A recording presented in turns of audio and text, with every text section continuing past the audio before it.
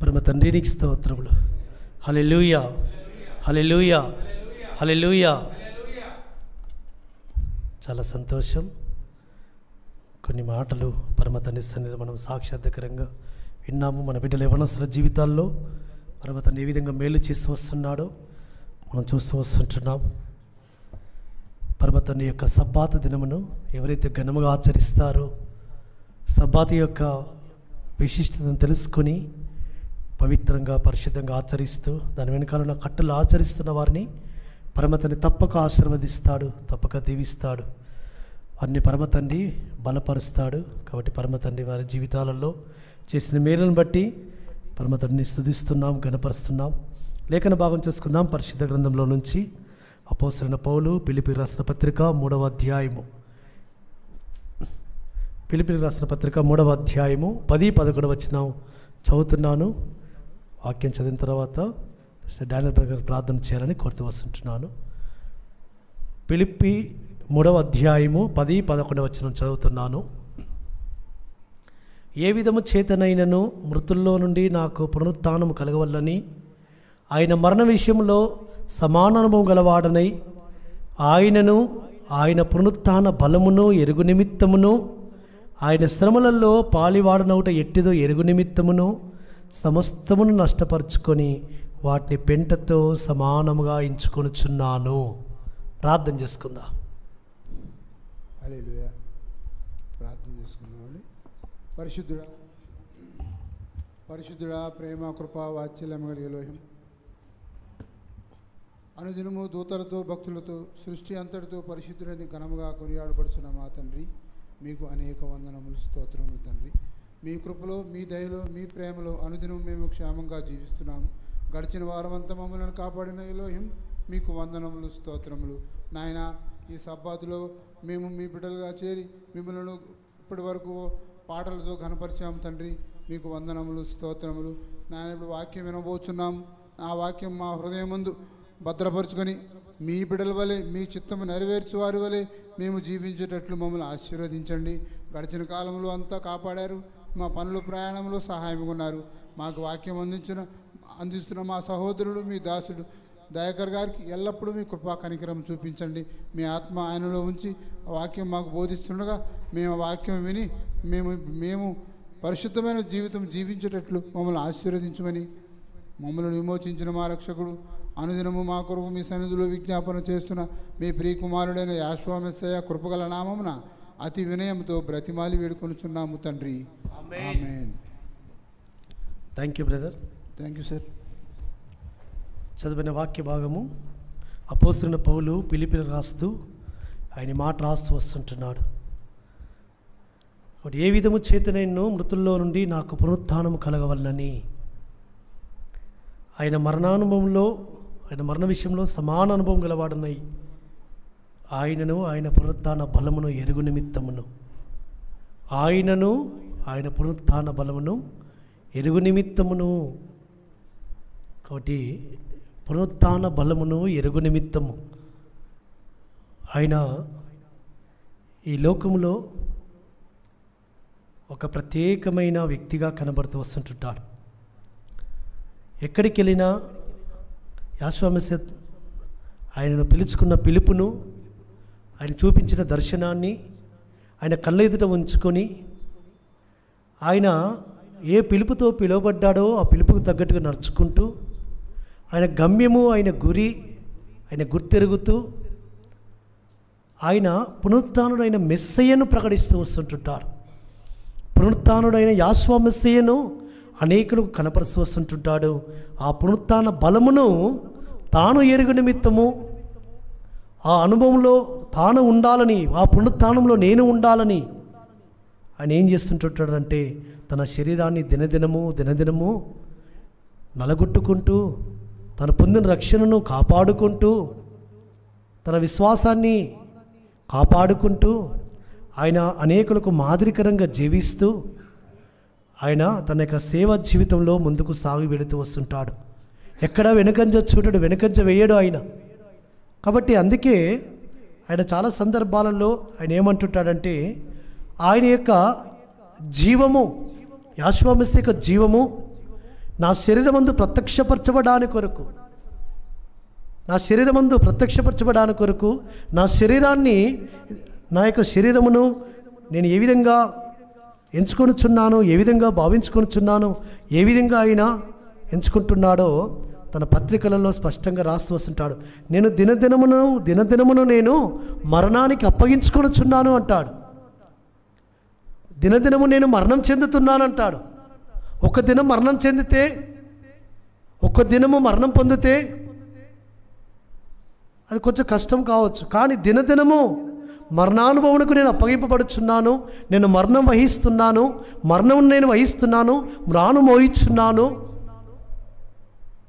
అని ఆయన యొక్క అనుభవంలో ఆయన రాస్తూ వస్తుంటున్న మాటలు మనం వింటుంటే, ఎందుకు ఇవన్నీ అంటే ఆ యొక్క మరణానుభవం ఎందుకు వహిస్తున్నాడు, ఎందుకు ఆయన మ్రానును మోస్తున్నాడు, దినదినం ఆయన మ్రానును మోసుకొని ఎందుకు స్వార్థను ప్రకటిస్తున్నాడు అంటే శ్రేష్టమైన ఆయన పునరుత్థానములో పాలు పొందాలని, ఆ పునరుత్థాన బలమును ఆయన ఎరిగి, ఆ పునరుత్థానమును అనేకులు కూడా తెలుసుకొని, ఆ పునరుత్థానం యొక్క ప్రత్యక్షతలో అనేకులు కూడా నిలవాలని ఆయన ఏం చేసుకుంటున్నాడంటే ఆయన శరీరాన్ని నలగొట్టుకుంటూ వస్తుంటున్నాడు.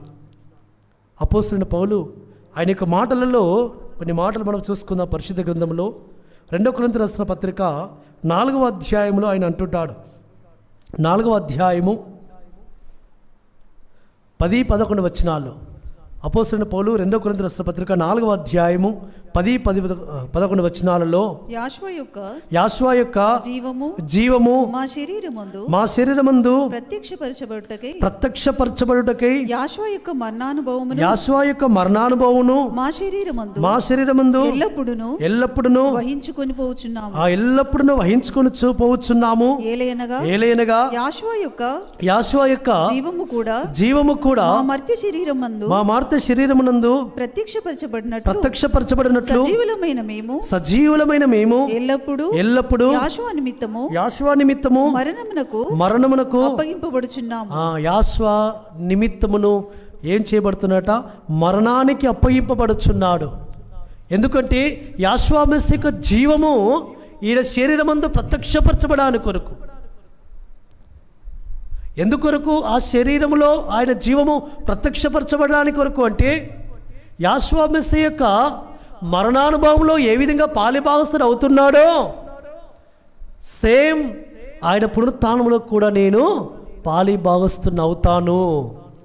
ఎవరైతే శరీరంలో ఆయన యొక్క మరణాన్ని అనుభవమును, ఆయన మరణానుభవమును వారి యొక్క శరీరములో వహించుకుంటారో వారే ఆయన పునరుత్థానములో కూడా పాలిభాగస్తులు అవుతారు. సుమా, రోమిలి రాసిన పత్రిక 6వ అధ్యాయంలో అదే మాట అంటుంటాడు.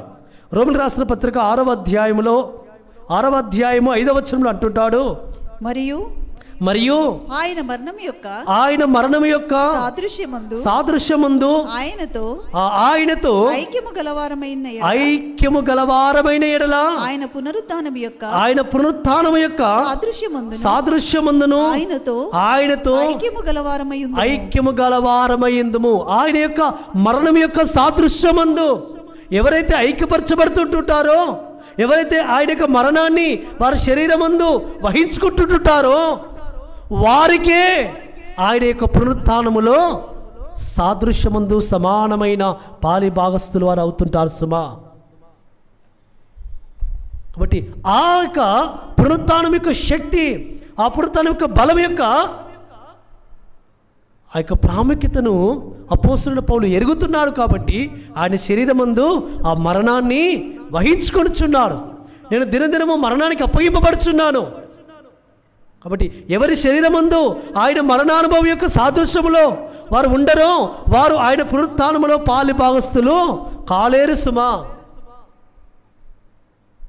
కాబట్టి అందుకే అపోస్తలుడైన పౌలు ఆయన పునరుత్థానములో నేను పాలివాడుగా ఇట్టుదో ఎరుగు నిమిత్తమును సమస్తమును పెంటగా ఎంచుకొనుచున్నాను. ఈ లోకంలో ఏవేవి తనకు లాభకరములైనవో, ఏవేవి తనకు గొప్ప తీసుకొచ్చేటి ఉన్నవో, ఏవేవి తనకు సౌఖ్యమును సుఖమును తీసుకొచ్చేటియో, ఏవేవి తనకు ఘనత తీసుకొచ్చేటి ఉన్నవో, ఏవేవి తనను గొప్ప చేసేటి ఉన్నవో అవన్నీ కూడా వాటిని పెంటతో సమానంగా ఎంచుకుంటున్నాడు.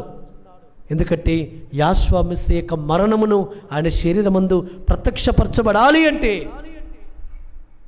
అవన్నీ కూడా పెంటతో సమానంగా ఎంచుకొనిచున్నాడు. అందుకొరకు యాశ్వా మెస్సియా అన్న మాటలు ఆయన హృదయంలో నాటుకొని పోయాయి. యాశ్వా మెస్సియా ఏమంటూ వచ్చాడంటే, యాశ్వా మెస్సియా మాటల్లో కొన్ని మాటలు మనం చూసుకుందాం. పరిశుద్ధ గ్రంథంలో ఆయన యాశ్వా మెస్సియా చెప్తున్న మాటలు యోహాను సువార్త 5వ అధ్యాయంలో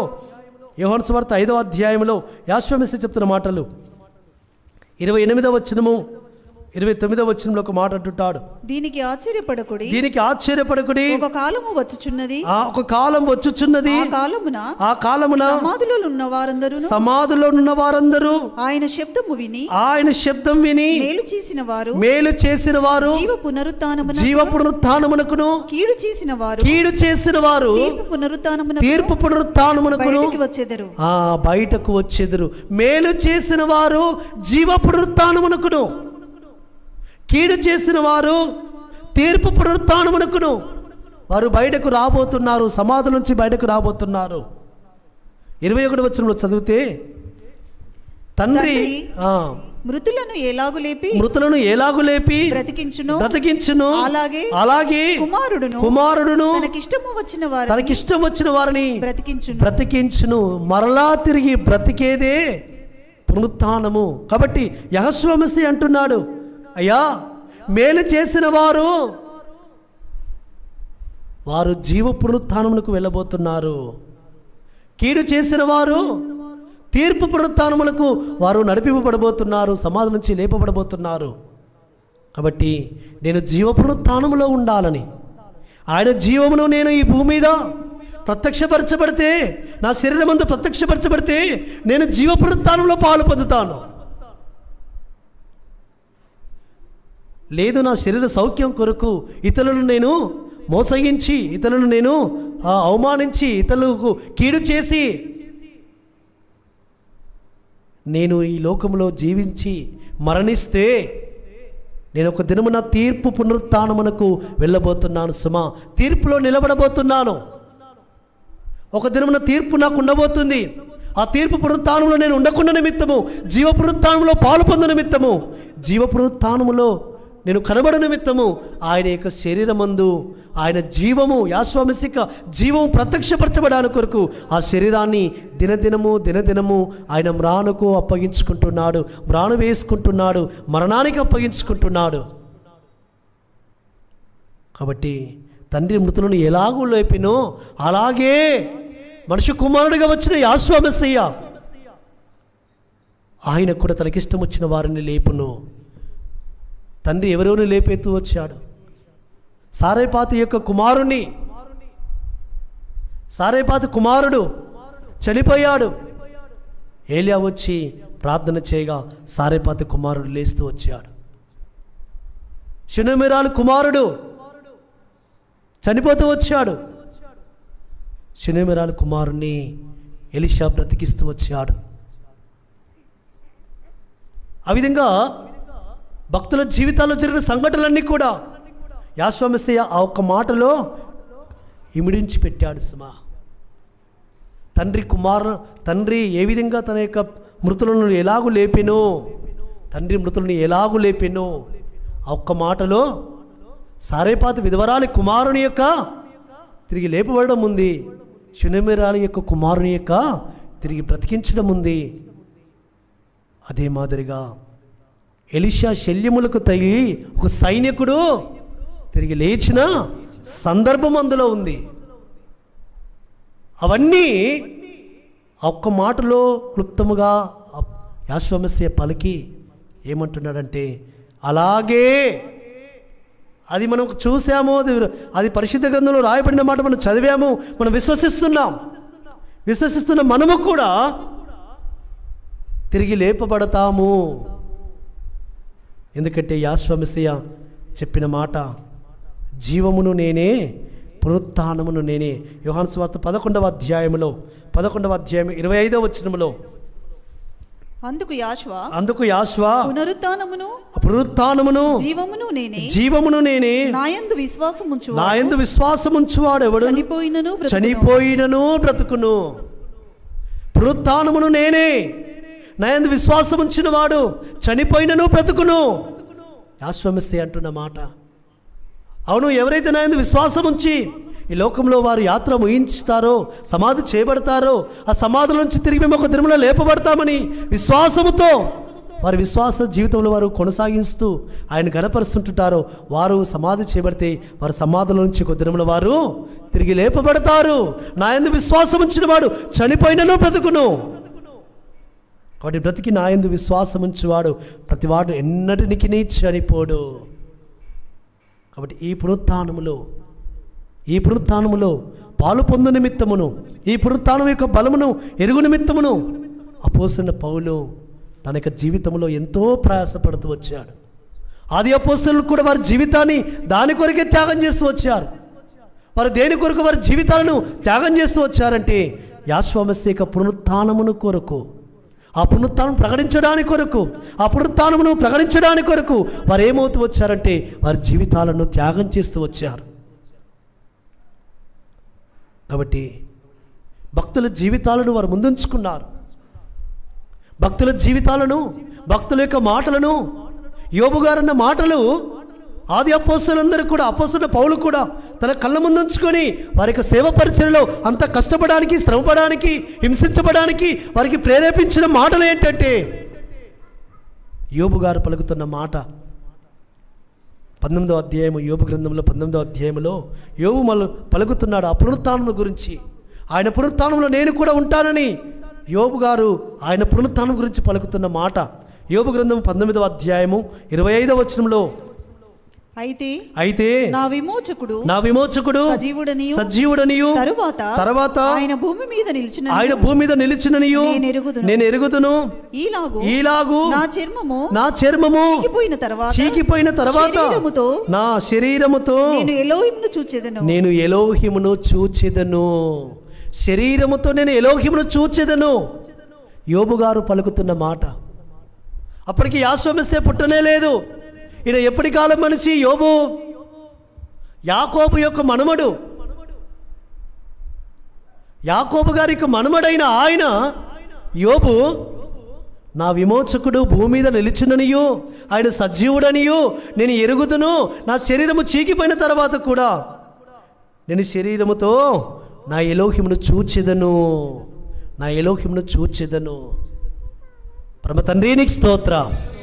అపోస్తలులు అందరూ కూడా ఎందుకొరకు వారి జీవితాలలో వారి శరీరాలు అంతగా నలగొట్టుకుంటూ వచ్చారు, ఎంతగా వారి జీవితాలు త్యాగం చేస్తూ వచ్చారు. ఎందుకంటే యోబు గారు పలుకుతున్న మాటల్లో మెస్సయ్యను చూచిన ఆ యోబు గారు వారు స్వయంగా యాశ్వమస్య ఈ భూమి మీద ఉన్నప్పుడు ఆయన పలుకుతున్న మాటలు వారు విన్నారు. యోబు గారి మాటల యొక్క అర్థం వారికి తెలుసు. యాశ్వమస్య భూమి మీద ఉన్నప్పుడు ఆయన చెప్పిన మాటల యొక్క భావం వారికి తెలుసు. కాబట్టి యోబు గారన్న మాట మన హృదయం మీద రాసుకోండి. ఎందుకంటే ఒక దినమున నేను ఆయనను చూస్తాను, నా శరీరం చీకిపోయినను, నేను సమాధి పెట్టబడినను, సమాధిలో నా శరీరం కృషించిపోయినను, ఒక శరీరంతో నేను లేపబడబోతున్నాను. ఆ మహిమాస్వరూపి అయిన ఆ సర్వలోక నాథుణ్ణి, ఆ సర్వలోక సృష్టికర్తను నేను సమాధి నుంచి లేపబడి పునరుత్థానములో నేను పాలు పొంది ఆ పునరుత్థానుడైన మెస్సయ్యను నేను చూచెదను అని రాస్తున్నాడు. ఆ మాట భావం అది.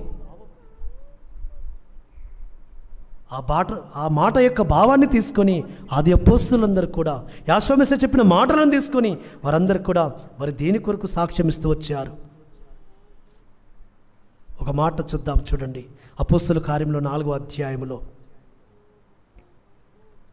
అపోస్తల కార్యంలో 4వ అధ్యాయములో వారు దేని గురించి 33వ వచనంలో, 4వ అధ్యాయం 33వ వచనంలో, ఇదియు కాక అపోస్తలులు బహుబలముగా ఎలోహిమైన యాష్వా పునరుత్థానమును గురించి సాక్ష్యమిచ్చిరి. యెహోవా కృప అందరియందు అధికముగా ఉండెను. మరీ బలముగా వారు ఎక్కువగా హింసింపబడుతున్నప్పటికీ మరి ఎక్కువగా యాశ్వా మెస్సియా యొక్క పునరుత్థానమును వారు బలముగా ప్రకటించిరి బహుబలముగా. చూడండి, యాశ్వా మెస్సియా యొక్క పునరుత్థానం గురించి మీరు ప్రకటిస్తుంటుంటే అక్కడున్న పెద్దలకు కలవరం వచ్చింది. అక్కడ ఉన్న ఆ యొక్క 4వ అధ్యాయం మొదటి వచనం చదవండి అక్క ఒకసారి. 4వ అధ్యాయం మొదటి వచనం 2వ వచనంలో వారు ప్రజలతో మాట్లాడుచుండగా యాజకులను యెహోవాయపు అధిపతియు సద్దూకయ్యులను వారు ప్రజలకు బోధించుటయు యాషువను బట్టి మృతుల్లో నుండి పునరుత్థానము కలుగునని ప్రకటించుటయు చూచి కలవరపడి వారి మీదికి వచ్చి వారికి కలవరం వచ్చేసింది. యాశ్వా మెస్సియా మరణించి 3వ దినం తిరిగి లేచాడు. యాశ్వా మెస్సియా నందు విశ్వాసం ఉంచిన వారు కూడా ఆ విధంగా తిరిగి సమాధుల నుంచి లేపబడతారు అని ఆది అపొస్తలులు ప్రకటిస్తుంటుండగా ఆ ప్రకటన విని అక్కడ దేవాలయపు అధిపతి సద్దూకయ్యులు యాజకులు అందరూ కూడా కలవరం వచ్చేసింది సుమా. ఎందుకంటే ఆ పునరుత్థానం యొక్క శక్తి, ఆ పునరుత్థానం యొక్క శక్తి యాశ్వాను విశ్వసించిన వారికి, యాశ్వనందు నమ్మిక ఉంచిన వారికి అది ఒక జీవముతో కూడిన మాట అది. కానీ విశ్వసించని వారికైతే ఆ పునరుత్థానము, ఎందుకంటే ఒక తెగ ఉంది, సద్దూకయ్యుల తెగ ఉంది. వారు పునరుత్థానము నమ్మరు, వారు పునరుత్థానము లేదని చెప్పేవారు. అలాంటి పునరుత్థానం లేదని చెప్పేవారు యాశ్వా మెస్సియా దగ్గరికి వచ్చి కూడా అడుగుతూ వచ్చారు. యాశ్వా మెస్సియా దగ్గరికి వచ్చి, అయ్యా చూద్దాం, లూకాసు వార్తలో 20వ అధ్యాయంలో ఒక మాట రాయబడుతూ వచ్చింది. యాశ్వా మెస్సియా చెప్తున్నాడు వారికి. 20వ అధ్యాయము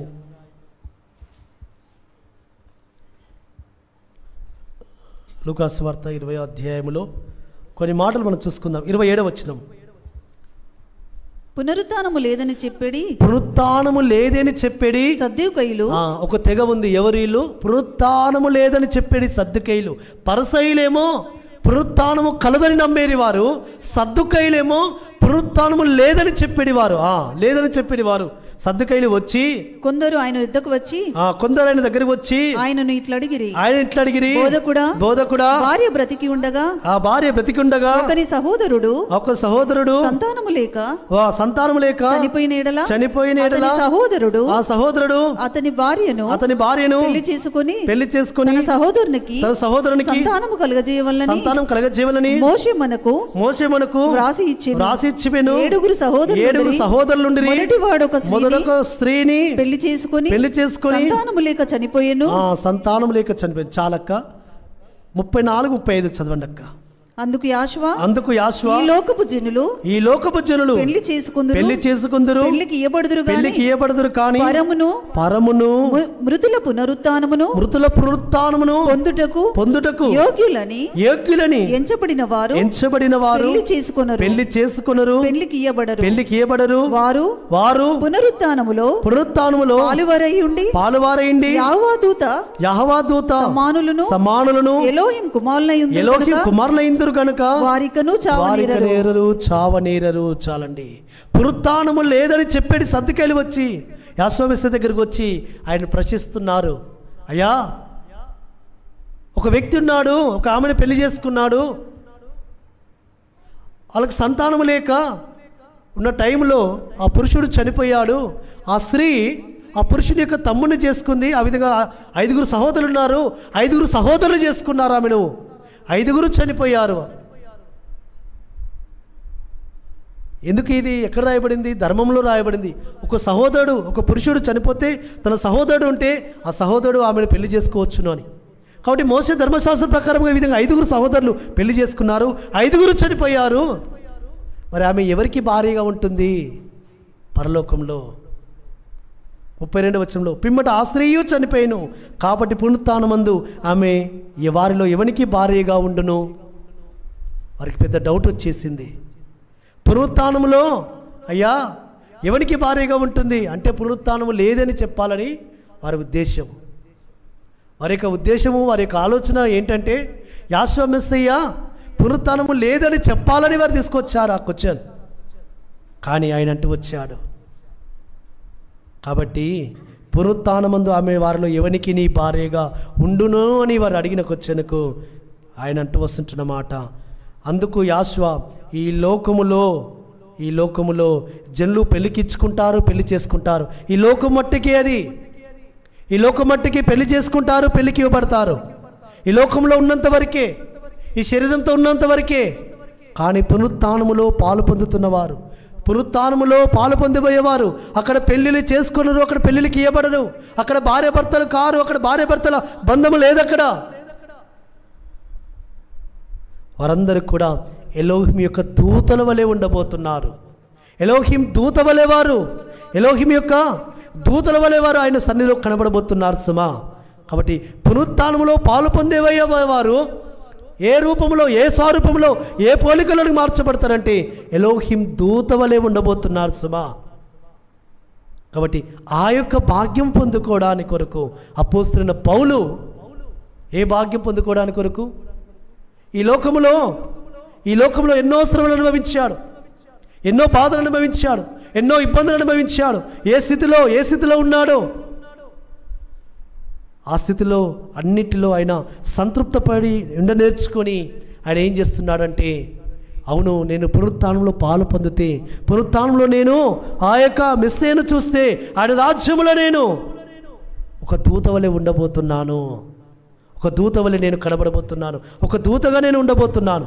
కాబట్టి ఈ లోకములో భూమి మీద మనకు ఈ శరీరముతో నలగొట్టబడుతున్నప్పటికీ, ఈ బాహ్య శరీరము, ఈ బాహ్య పురుషుడు నలగొట్టబడుతున్నప్పటికీ, కృషించిపోతున్నప్పటికీ అంతర్య పురుషుడు బలపరచబడుతుండాలి సుమా. అపోస్తలుడైన పౌలు అదే అంటాడు, నా అంతర్య పురుషుడు దినదినము బలపరచబడుచున్నాడు, నూతనపరచబడుచున్నాడు. ఎందుకంటే ఆ పునరుత్థానములో పాలు పొందాలని, ఆ పునరుత్థానంలో పాలు పొందాలని ఆయన ఏమంటుంటాడంటే, అపోస్తలుడైన పౌలు తిమోతికి రాస్తూ కూడా కొన్ని శ్రేష్టమైన మాటలు ఆయన రాస్తూ వస్తుంటుంటాడు. 2 తిమోతి రాసిన పత్రికలో ఆయన ఒక మాట అంటుంటాడు. ఆయన యొక్క శ్రేష్టమైన యొక్క మాటలు మనం చూద్దాం ఒకసారి. 4వ అధ్యాయంలో ఒక మాట అంటుంటాడు. 4వ అధ్యాయం 17వ వచనంలో, అయితే నా ద్వారా సువార్త పూర్ణముగా ప్రకటింపబడు నిమిత్తమును అన్యజనులందరూ దాన్ని విను నిమిత్తమును ఎలోహిం నా ప్రక్కన నిలిచి నన్ను బలపరచెను గనుక నేను సింహము నోట నుండి తప్పింపబడితిని. చూడండి, నేను సింహపు నోట నుండి అంటే సింహాల లాంటి మనసత్వం కలిగిన, క్రూరత్వం కలిగిన మనుషుల యొక్క చేతుల్లో నుంచి, వారి నోటి మాటల యొక్క కలుగు బాధల్లో నుంచి ఆయన తప్పింపబడుతూ వచ్చాడు సుమా. ఎందుకు వారి యొక్క మాటలను ఆయన ఆ విధంగా స్వీకరించాడు? ఎందుకంటే పునరుత్థానమును పొందగోరి. పైన ఒక మాట అంటాడు ఆయన 17వ వచనంలో 15th verseలో, అతని విషయమై నీవును జాగ్రత్తగా ఉండుము. అతడు మా మాటలను బహుగా ఎదిరించెను. ఎందుకంటే అలెగ్జాంద్రు అను కంచరివాడు నాకు చాలా కీడు చేశాను, అతడు నా మాటలు ఎదిరించాను. అలాంటి ఎదిరించేవారు, ఆయన మాటలు ఎదిరించేవారు, ఆయన మాటలు తప్పబట్టేవారు, ఆయన మాటల యొక్క అర్థమును చాలా రకాలుగా తప్పుడర్థాలుగా తీసుకొని ఆయన యొక్క స్వార్థకు ఆటంకం కలిగించిన వారు అనేకులు ఉన్నారు సుమా. అందుకే ఆయన ఏమంటుంటాడంటే, అలాంటి యొక్క సింహము నోటల్లో నుంచి నేను తప్పించబడుతూ వచ్చాను. ఎందుకు అంటే ఆ పునరుత్థానములో పాలు పొందాలని. అన్ని విషయంలో నేను శ్రమపడ్డాను, స్వార్థకునిగా చేశాను, అన్ని విషయంలో మితముగా ఉన్నాను. ఆ స్వార్థ బలమును ఎరుగు నిమిత్తమును. కాబట్టి ఈ లోకములో ఆ స్వార్థ బలమును ఎరుగు నిమిత్తమును, స్వార్థలో ఆ యొక్క పునరుత్థాన బలము యొక్క శక్తిని పొందు నిమిత్తమును ఆయన ఏం చేస్తున్నాడంటే తన శరీరమును అనేక రకాలుగా దాన్ని బాధ పెడుతూ వస్తుంటున్నాడు. ఆయా అనేక బాధలు అనుభవిస్తూ వచ్చాడు. కాబట్టి ఆ పునరుత్థానము బలగును ఎరుగు నిమిత్తమును, ఆ పునరుత్థానములో పాలు పొందు నిమిత్తమును పితరులు అనుసరించిన మార్గమును ఆయన నడుస్తూ వచ్చాడు. ఎందుకంటే పితరులు కూడా ఏ విధంగా వెళుతూ వచ్చారో హెబ్రీ రాసిన పత్రిక 11వ అధ్యాయంలో ఆయన రాస్తూ వస్తుంటున్న మాట 11వ అధ్యాయం 35వ వచనంలో హెబ్రీ 11:35లో ఆయన అంటుంటాడు, స్త్రీలు మృతులైన తమ వారిని పునరుత్థానము వలన మరలా పొందిరి, మరీ శ్రేష్టమైన పునరుత్థానమును పొందగోరి విడుదల పొందనొల్లక యాతన పెట్టబడిరి. స్త్రీలు మృతులైన తమ వారిని పునరుత్థానం వలన పొందగోరి. స్త్రీలు మృతులైన తమ వారిని, కాబట్టి చూడండి, స్త్రీ మృతులైన తమ వారిని పునరుత్థానముల వలన మరలా పొందిరి. అవును, ఆ పునరుత్థానములో పాలు పొందడానికి కొరకు, ఆ పునరుత్థానములో పాలుభాగస్తులు అవ్వడానికి కొరకు వారు ఈ లోకంలో యాతన పెట్టబడ్డారు సుమా. కొందరైతే మరీ శ్రేష్టమైన పునరుత్థానము పొందగోరి విడుదల పొందనొల్లక యాతన పెట్టబడిరి. ఈ లోకములో శ్రమలు అనుభవిస్తే, నిందలు అనుభవిస్తే, అవమానపరచబడితే, ఈ లోకంలో మేము హింసింపబడితే మాకు పునరుత్థానంలో పాలు భాగస్తులు అవుతామని వారు యాతన పెట్టబడానికి సైతం ఇష్టపడ్డబడ్డారు. ఆ శ్రమ నుంచి విడిపింపబడితే, ఆ శ్రమ నుంచి వారు బయటకు వస్తే, ఆ శ్రమ తప్పించబడితే, ఆ బాధ తప్పించబడితే వారికి పునరుత్థానము లేదు. కానీ ఆ పునరుత్థానమును పొందగోరి, శ్రేష్టమైన పునరుత్థానం పొందగోరి వారు విడుదల నొల్లక, శ్రమ నుంచి విడుదల పొందుకోవడానికి ఇష్టపడక. ఎందుకంటే మోషే గారి యొక్క శ్రమ చూడండి, మోషే గారి శ్రమ చూడండి. ఆయన ఒక మాట రాస్తూ వచ్చాడు 24వ వచనంలో, మోషే పెద్దవాడైనప్పుడు విశ్వాసను బట్టి ఐగుప్తు ధనము కంటే మెస్సే విషయమైన నింద గొప్ప భాగ్యమని ఎంచుకొని అల్పకాలము పాపభోగం అనుభవించట కంటే ఎలోహిం ప్రజలతో శ్రమ అనుభవించట మేలని యోచించి. అంటే మన పితరులందరూ కూడా ఏది మేలనించారు, ఏది భాగ్యమనించారు, ఏది గొప్ప ధన్యతనించారు? ఈ లోకములో శ్రమ అనుభవించడం, ఆయన కొరకు, ఆయన పునరుత్థానములు పొందరానుల్లో పాలుభాగస్తులు అవర్ నిమిత్తము ఈ లోకములో శ్రమలు అనుభవించడానికి. కాబట్టి మోషే పెద్దవాడైనప్పుడు ఐగుప్తు ధనము యొక్క, సుఖభౌగ్యము యొక్క, ఆ సౌఖ్యము యొక్క, ఆ యొక్క ఫెసిలిటీస్ యొక్క వచ్చే ఆ యొక్క జీవితము కంటే ఆయన ప్రజలతో కలిసి ఆయన ఐగుప్తులో ఇజ్రాయెలు నడిపిస్తూ వస్తుంటప్పుడు అనేక సార్లు మోషే మీదకి తిరుగుబాటు చేస్తూ వచ్చారు. మోషే మీదకి రాలెత్తారు, మోషేని అనేక మాటలు అన్నారు. అయినప్పటికీ అవే నిందలు గొప్ప భాగ్యమని ఎంచుకున్నాడు మోషే. ఎందుకంటే ఆయన యొక్క పునరుత్థానములో నేను పాలి భాగస్తుడు కావాలని. ఆ విధంగా మోషే, యెహోషువ, ఏలియా, ఎలీషా, సమూయేలు, ఆ భక్తులందరూ కూడా అది స్త్రీలు కూడా, షారా, అదే మాదిరిగా రిబ్కా, చాలామంది భక్తుల యొక్క జీవితాలను మనం ధ్యానిస్తుంటే వారి యొక్క జీవితాలను ఎందుకొరకు వారు అంటే ఆయన పునరుత్థానములో పాలి భాగస్తులు కావాలని. అంటే ప్రియులారా, మృతునందించువాడను నేనే, బ్రతికించువాడను నేనే.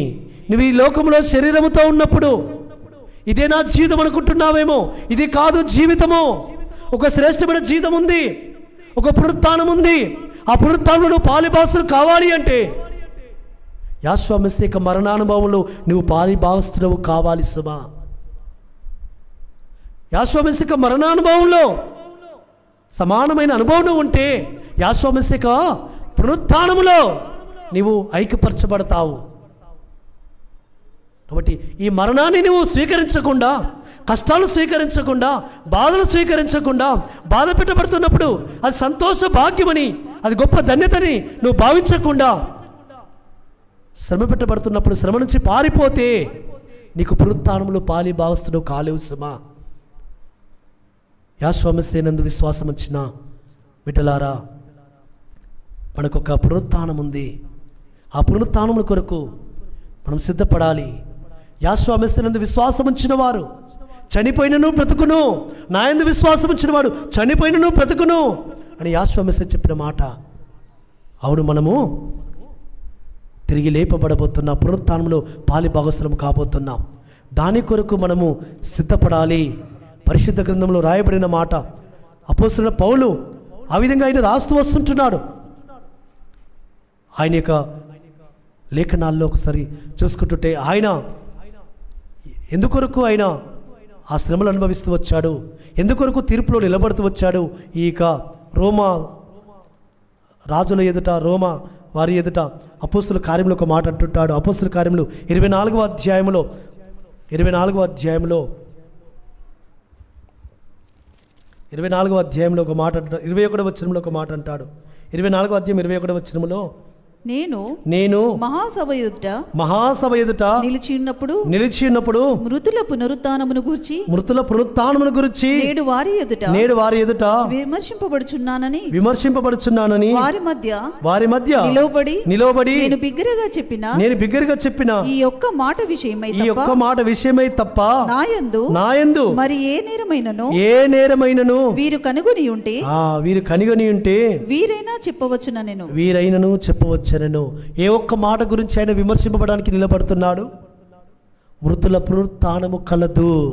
పునరుత్థానుడైన మెస్సయ్యను ప్రకటించడాన్ని బట్టి, సమాధుల నుంచి లేచి సజీవుడిగా ఉన్న యాశ్వాను గురించి ప్రకటిస్తున్నాడు అపోస్తలుడైన పౌలు. అవును, మనం కూడా సమాధుల నుంచి తిరిగి లేపబడతాము. మన పితరులు దాన్నే నమ్మారు, మన పితరులు నమ్మిన దాన్ని మనం నమ్మాలి అని 14 వచ్చిన ఒకసారి చదవండి అక్క. ధర్మశాస్త్రమందును ప్రవక్తల గ్రంథములయందును రాయబడి ఉన్నవన్నీయు నమ్మి నీతిమంతులకును అనీతిమంతులకును పునరుత్థానము కలగబోచున్నదని వీరు నిరీక్షించుచున్నట్టు నేను కూడా ఎలోహిం యందు నిరీక్షణ ఉంచి మన పితరులు నిరీక్షణించారు. అబ్రహాము, ఇస్సాకు, యాకోబులు వారు నిరీక్షించారు, మేము ఒక దినమున సమాధి నుంచి తిరిగి లేపబడతాము. అందుకే వారి సమాధులు జాగ్రత్తగా వారు చేసుకుంటూ వచ్చారు. ఆ మక్పెలే గుహాని కొన్నాడు అపోస్తలుడైన అబ్రహాము గారు. తన భార్య అయిన శారాను పాతిపెట్టాడు, అందులోనే తను పాతిపెట్టబడుతూ వచ్చాడు తన 2 కుమారుల చేత. ఇస్సాకు ఆ పునరుత్థానం ఉందని నమ్మాడు. తన 2 కుమారుల చేత, ఏశావు, యాకోబుల చేత ఆ గుహలో, ఆ మక్పెలో గుహలో ఆయన తన కొరకు సమాధి సిద్ధం చేయించుకొని ఆయన అందులో పాతి పెట్టబడుతూ వచ్చాడు. ఆ సమాధిలో భద్రపరచబడుతూ వచ్చాయి ఆయన ఎముకలు. యాకోబు తన 12 మంది కుమారుల చేత ప్రమాణం చేయించుకొని, ఎందుకంటే నన్ను ఈ ఐగుప్తు దేశంలో చనిపోతున్నాను, ఇక్కడ నన్ను పాతి పెట్టద్దు, అక్కడికి తీసుకెళ్ళండి అని, అక్కడ పాతి పెట్టండి అని అక్కడికి తీసుకెళ్ళి అక్కడ పాతి పెడుతూ వచ్చారు ఆయన 12 మంది కుమారులు.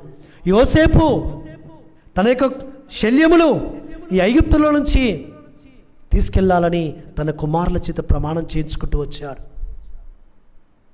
ఆ విధంగా మన పితరులందరూ కూడా ఇక్కడ చూసినట్టు రాయబడిన ప్రకారముగా ధర్మశాస్త్రమందును ప్రవక్తల గ్రంథములందు రాయబడినవన్నీ నమ్మి నీతిమంతులకును అనీతిమంతులకును పునరుత్థానము కలగబోచున్నదని వీరు నిరీక్షించుచున్నట్టు.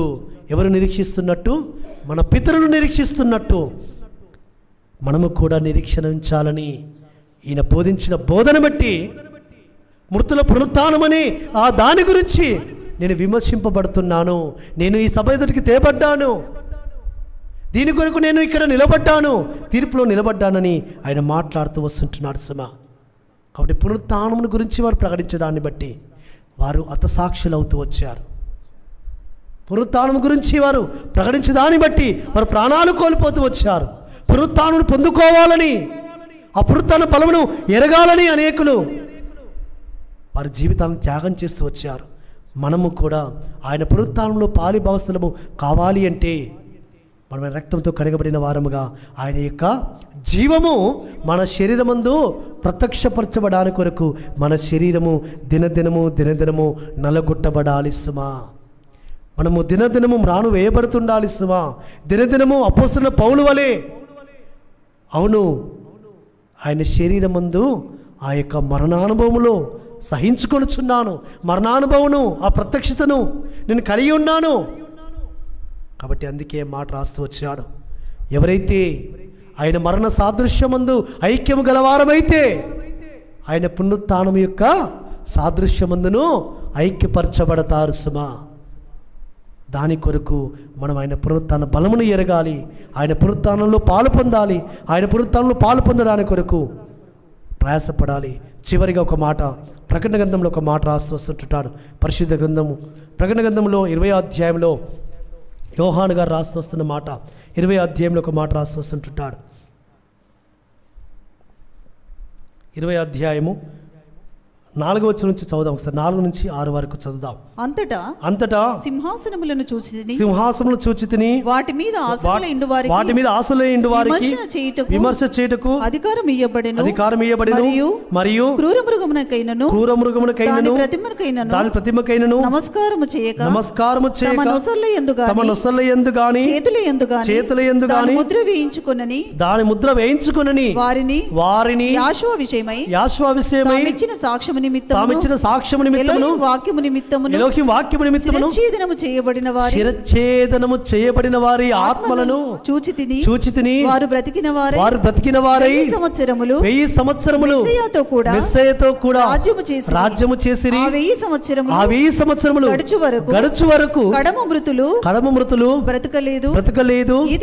ఇదియే మొదటి పునరుత్థానము. ఈ మొదటి పునరుత్థానములో పాలుగలవారు ధన్యులను పరిశుద్ధులై యుందురు. ఇట్టి వారి మీద రెండవ మరణమునకు అధికారము లేదు.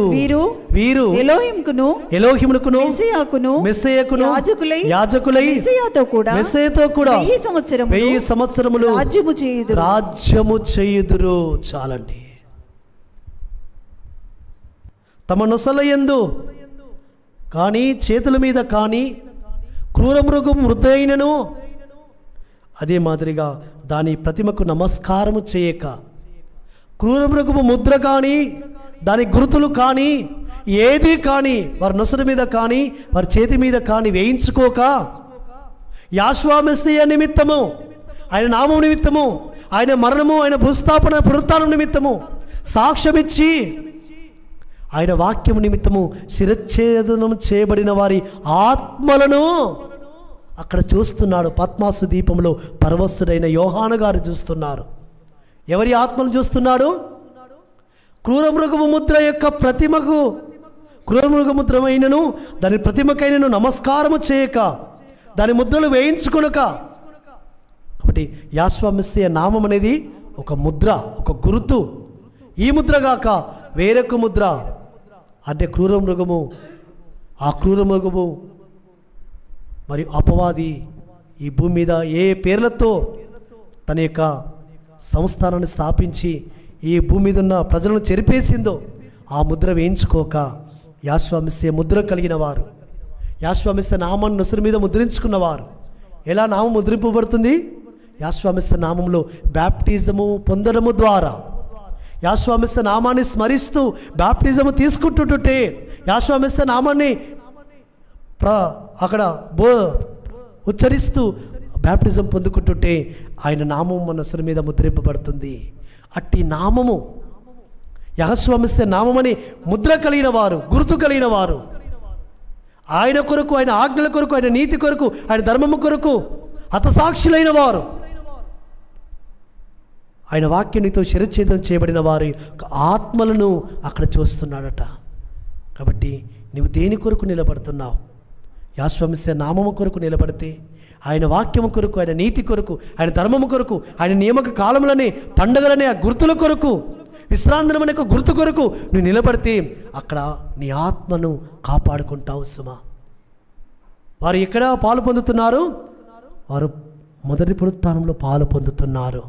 వారు బ్రతికిన వారై 1000 సంవత్సరములు మెస్సీయతో కలిసి రాజ్యము చేయబోతున్నారు.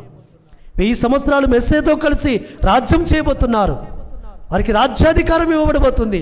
ఆ పరిశుద్ధులకి రాజ్యాధికారం ఇవ్వబడబోతుంది. ఆ రాజ్యాధికారం పొందుకొని వారు మెస్సీయతో కలిసి 1000 సంవత్సరాలు భూమి మీద ఏలబోతున్నారు. కాబట్టి ఆ మొదటి పునరుత్థానంలో పాలుగల వారు ధన్యులు, పరిశుద్ధులైందురు. కాబట్టి అదే మొదటి పునరుత్థానము. మొదటి పునరుత్థానంలో ఎవరైతే పాలు పొందుతారో వారికి రెండో మరణం మీద అధికారము లేదు. అంటే రెండో మరణము లేదు అంటే ఇక వారి యొక్క ఆత్మ యుగయుగాలు ఆయనతో కలిసి జీవిస్తుంది. అంటే వాళ్ళు జీవ పునరుత్థానములో పాలు పొందుతారు. తీర్పు పునరుత్థానం తేబడరు వారు. మేలు చేసిన వారు జీవ పునరుత్థానమునకును, కీడు చేసిన వారు తీర్పు పునరుత్థానమునకును 1000 సంవత్సరాలు గడిచిన తర్వాత తీర్పు ఉండబోతుంది. కాబట్టి మొదటి పునరుత్థానంలో పాలు పొందిన వారు